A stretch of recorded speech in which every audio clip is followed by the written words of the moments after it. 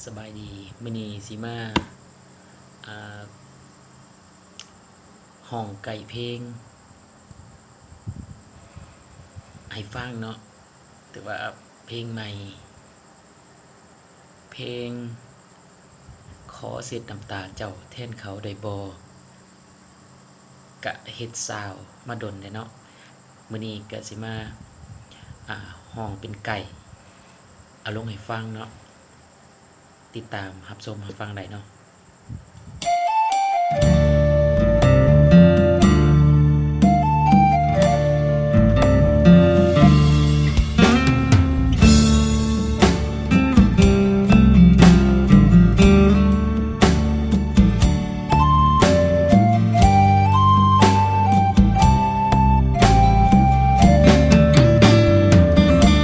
ลมพัดใบ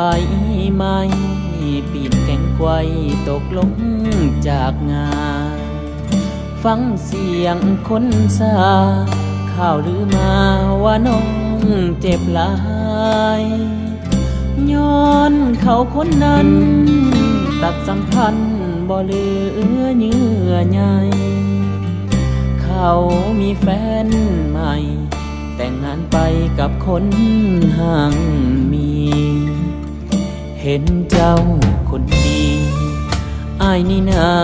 อาสาเคียงไกลอยากมาปูหัวใจขอ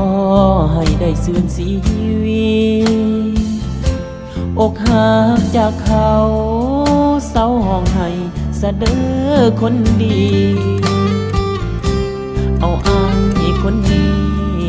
ห่วมสีวีถ้าน้องตกลงขอเซ็ดน้ำตาของเจ้าได้บ่นอคนดีลืมเขาแน่ตีอ้ายนี่นาฮับพองซื้อตรงหยุดน้ำตาไว้ให้น้องสาวไว้ลืมเขาได้ลงเขาคงบอกคงว่าน้องสมยงจงลืมเขาลมพัดใบไม้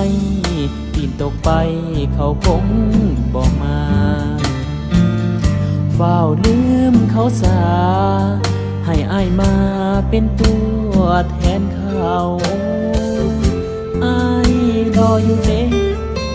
แถมใจดีคงลืนคนเก่า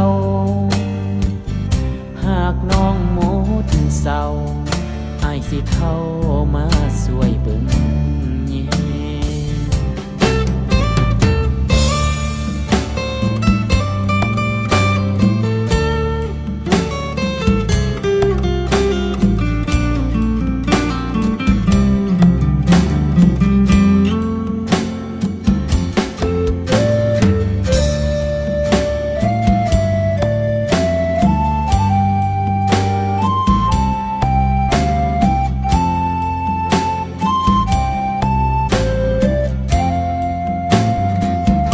ขอเซ็ดน้ำตาของเจ้าได้บ่นอคนดีลืมเขาแน่ตีอ้ายนี่นาฮับพองซื้อตรงหยุดน้ำตาไว้ให้น้องสาวไว้ลืมเขาได้ลงเขาคงบอกคงว่าน้องสมยงจงลืมเขาลมพัดใบไม้ปีนตกไปเขาคงบอกมาเฝ้าลืมเขาสาให้อ้ายมาเป็นตัวแทนเขาอ้ายรออยู่เด้แถมใจดีคงลืนคนเก่าหากน้องหมดเศร้าอ้ายสิเข้า